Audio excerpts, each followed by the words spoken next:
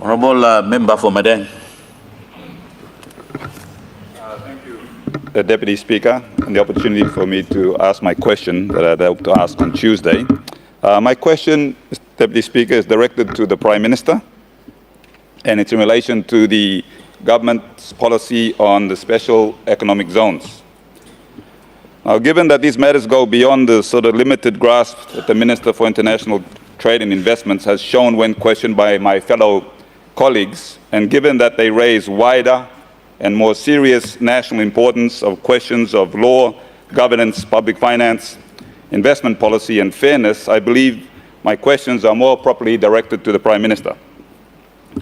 Mr. Speaker, after reviewing the Special Economic Zone Authority Act of 2019 that established the SEZ Authority, and after reviewing its website and its recently launched Special Economic Zone Foundation Policy of 2015 to 2032, I accept that in principle the government says that it wants more investment, more growth, more exports and more jobs. That sounds attractive, but the real question is this: does this framework actually achieve these objectives? Or does it instead expose Papua New Guinea to greater legal uncertainty, fiscal risk, governance failure, policy confusion, and reputational damage in the eyes of serious investors? Mr. Speaker, we have heard this story before. The PIMZ in Madang, promoted then by the Somare government in 2004, was sold as a transformational project. In 2019, the O'Neill government secured $95 million US or 430 million concessional loan for the China Exim Bank. Was taken in phase 1 for a 20-year loan and a 2% interest. In simple terms, the previous governments promised big, borrowed big, and delivered nothing of lasting economic value. What do we have to show for it? A grand PMZ entrance gate, a gravel road slowly being reclaimed by vegetation and birds enjoying vacant blocks on kunai grass and coconut trees. That experience as alone has shown or has taught this government that SEZs do not succeed merely because they are announced in law or dressed up in policy. Minister has now rebranded the entire failed policy of PMIZ and the super SEZ structure. PNG's own experience and research from around the globe has shown that SEZs only succeed where it is clear law. Yet the current framework raises serious concerns. First, the policy pushes SEZ authority well beyond the role of the normal regulator. It contemplates that SEZ authority becomes self-funding, commercially active, and even investing through a subsidiary on the official state nominee as in SEZ projects. That means that the same body could regulate, approve, invest in, and financially benefit from the very projects it is supposed to independently oversee. Mr. Speaker, that is not a clean government model. That is a conflict of interest dressed up in innovation. Second, the policy itself admits that the framework is only a starting point, and that is being built. Is coming to the end of my statement and to, to the questions.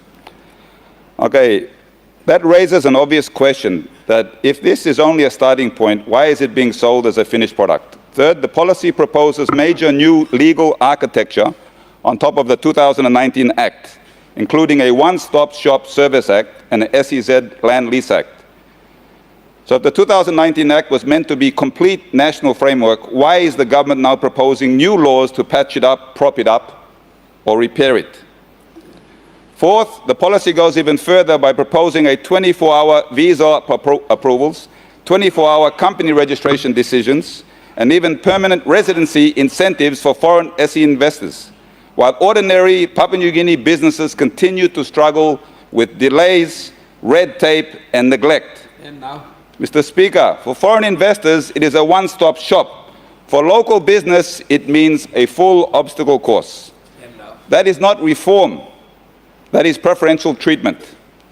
Fifth, the framework is already showing signs of fragmentation. Manus is separately regulated under its own law, which undermines the claim that this is a one coherent national SEZ framework. Section 13 of the Act states, the authority shall appoint a certified public accountant to audit its books, and the CEO shall publish those audited books on its website. After almost 6 years, there is yet to be any published financial reports on its own website. How can an investor take serious a government authority that can't follow its own laws? Why should Parliament and this country trust it when even larger and more powerful SEZ superstructure? Mr. Speaker, there are deeper contradictions in the heart of this policy. Any serious investor first asks one basic question: how does the country treat the business it already has? How does this government treat companies that have already been here for decades, and in some cases, century, employing Papua New Guineans, paying taxes that contribute to politicians' pay, the funding of schools, hospitals, roads, and our national budget? My primary question to the Prime Minister is, how does the Prime Minister reconcile the fact that while his Minister for International Trade and Investment is overseas courting so-called investors with promise of 15-year tax holidays, privileged treatment, and investment paradise, the loyal PNG business community and ordinary mums and dads who have invested their lives in this country are left carrying the full tax burden, poor services, regulatory delay, and ongoing cost of keeping this country going? Supplementary question: what assurance can the Prime Minister give to long-established businesses already operating in Papua New Guinea that they will not be commercially disadvantaged by massive tax exemptions, fast-tracked approvals, and special privileges being offered to newly arriving investors who have made no historic contribution to this country? Where is the fairness in that, and what message does it send to every business that have kept this country alive? Mr. Speaker, why is the government rolling out the red carpet abroad while pulling the rug out from under the businesses at home? Mr. Speaker, the more one looks at the SEZ policy, the less it resembles a serious investment framework, and the more it resembles a glossy brochure trying to sell certainty where none exists. Thank you. The Honourable Prime Minister. I asked him this series of important questions, but in summary, let me be succinct on the questions he's raised. Since 2019, when we arrived as government, our principal interest was to grow the economy to a 200 billion kina economy at the earliest. On record, and I say thank you to all faithful Papuan businesses in our country. This SEZ policy is not to displace them, rather to assist them grow, empower them, and work with them. The economy, existing PNG businesses lived under 2018 was a 79 billion kina economy. The economy is like size of the garden. In simple layman's term, if the garden is big, then the father and mother picks from a bigger, well-resourced garden to feed the family at each meal. Economy is like the garden. The budget is like the plate of a meal that is served to the family. In 2019, we realized the economy size was smaller that cannot sustain a mouth of people over 10 million in PNG. So we came in with a clear policy and series of policies to making sure that we grew the economy at the earliest. Today, as I speak, with SEZ not fully developed, but as part of the stimulant to attract investments, the economy has been growing from a 79 billion kina economy in 2019. Today, we're straddling past 130 billion kina economy. But much more work remains, and I do acknowledge the member for Madang's reference to PMI jet in Madang that is right now straddling or lying in idle. That's a case in point to remind us that if we do things, we must do things properly. And so that's a good reminder. But I want to ask him respectfully, let's not kill an intention that means well for PNG businesses as well as new foreign direct investments in our country. Fact remains that our systems are too cumbersome, too layered, to go to IPA or anything, and a foreign investment that is coming to run around to get the regulatory process ticked off. We sometimes have too many red tapes that stops people at the gate and not bring them in. So the SEZ authority was meant to be a one-stop shop. And I want to commend Minister Maru when he came in and picked over from where earlier ministers were doing. He came in with a clarity of vision. Let's have a one-stop structure.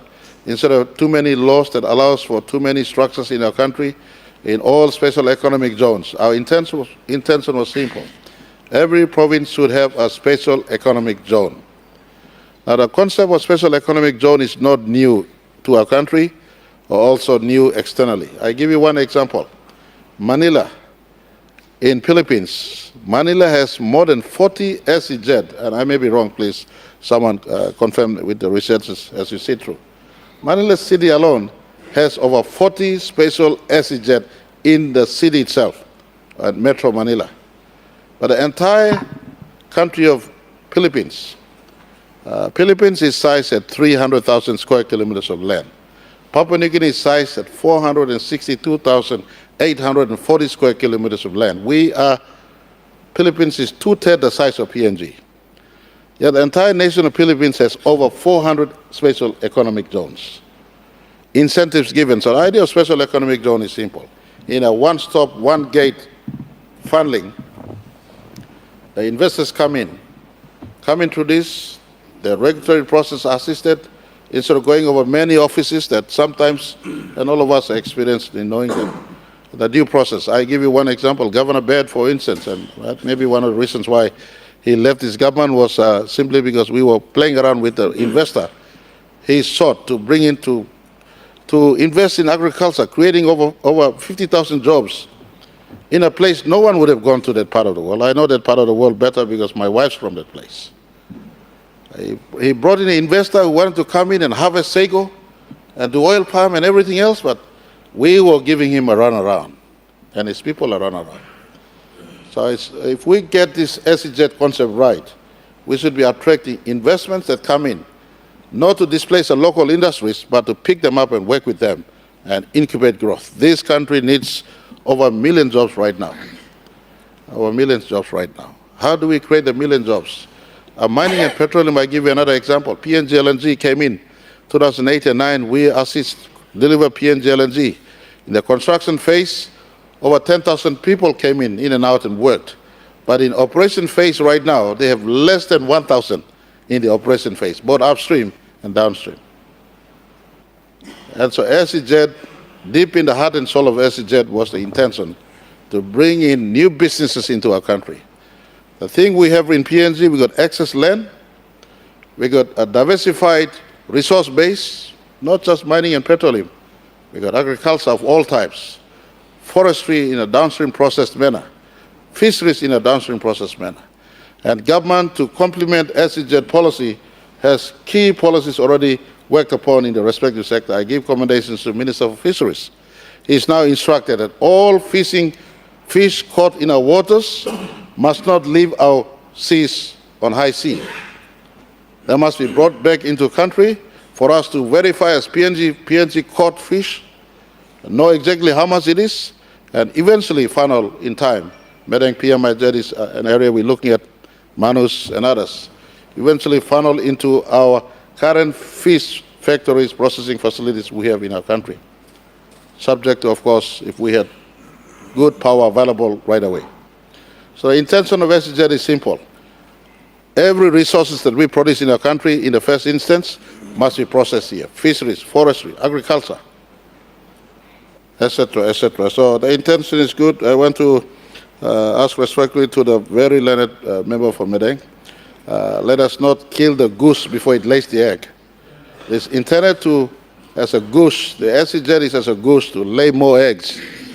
And the legs that is aid is to proliferate growth. We already in our country, Mr. Speaker, Deputy Speaker, Lear is an SEZ, camouflage in a SML. PNG LNG is an SEZ, camouflage in a gas agreement. They receive incentives. Lear, for instance, today, and we have asked IRC to check the requirements to pay corporate tax, and IRC is working through that process. But Lear, under Lear agreement, do not pay sufficient corporate tax since 1997. But we cannot discount the fact Lear is also employing over 3,000 Papua New Guineans. Lear is spinning GST that they purchase in country. So in sometimes you win some, you lose some. So we already have the concept of SEZ package in the mining and petroleum sectors we have already in country. Now we want to domesticate SZ in a proper manner, incubate economic activities that is not found in country. If there are other existing business already in country, they are 100% welcome. They are 100%. This is not exclusive foreign investors. And next week, Monday, I'm visiting NASFAN to thank them for announcing a 13% growth in terms of the earnings last year. I'm going to NASFAN's office and I'm letting the cat out of the bag. My conversation with NASFAN would be simple. Don't be a passive investor. Your country is growing. Why don't you, with sufficient liquidity you have in your accounts, go into areas of special economic zone, invest, so that you also invest in certain areas. So I'll just be having a word with them to encourage our super funds to also think in partnering provincial governments, partnering local investors to also ask for a special economic zone incentive. As is very simple, simply put, to summarize. We got land, we got resource, we got people. Honorable Prime Minister, we have a point of order. Honorable Member for Sinasina Yagumul. I appreciate the line of answers that the Prime Minister has been giving to the question from Member for Madang, but I want to caution, we've got to be careful how we approach existing performing institutions. We have to look at their statutory mandates. Superannuation funds are established specifically for the purposes of, and their primary mandate, according to the enabling legislation, is to conserve. The word conserve is used, not to go out there and invest aggressively, but to sustain, maintain the value that you have. That's what they do. They cannot go and invest aggressively like any other ordinary investors because... Honorable Member for Sinasina Yagumul, sorry, I interrupt your point of order.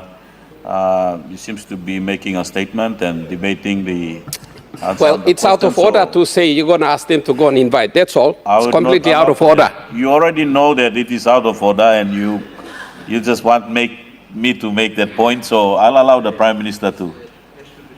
All right, the Prime Minister has no right to direct NASFAN or Namban Super. And I don't need to be a lawyer to understand this mandate they have. But we will propose to them, you have sufficient liquidity, there are investment opportunities in our country, maximize, and for instance, agriculture, land available. Why are you remaining passive investors? You could be aggressive investors, partnering provincial governments, whether in Simbu limestone or in Sipik agriculture or other places. So we just, and we understand my boundary clearly. I don't need to be told where my boundaries are, but it is not offensive to sit down. I'm thanking them and I'm just offering them recommendations, up to them, up to the board. But coming back, SEZ simply means, and I can't consume much time. We got land, we got people, we got resource, and government's giving incentives. Is there anyone out there? We're trying to combine this, land, people, resource. We give incentives, minimum 15-year tax holiday. And someone will argue with me, someone in our own treasury argued with me. Why are you giving tax incentive to the Kido cement there? And I asked him, are you collecting tax right now in that part of our country? Are you collecting tax right now, Mr. Treasury guy? You're not collecting any tax right now in a vacuum. But if we give tax incentive for 10, 15 years, they employ Papua New Guineans, they construct jobs in a place that no one wants to go today, and beyond 15 years, you collect the tax you want to collect. If we had made this argument and sat down PNG LNG in 2008, today the revenue we collect from PNG LNG would not have been collected. So I put to all of us, Albert Einstein once said, doing the same thing over and over, expecting different results is insanity. SEZ is trying to cut the bureaucratic red tape from the insanity that has permeated this country over many, many years, combining locations in our country that no one thinks people can invest, combining people there, combining incentives we give, attaching to a local or international investor, to our local investors in our country. Don't sit back and hold back. Incentives are available to you as much as to the foreign investors. Thank you, Mr. Speaker. Member.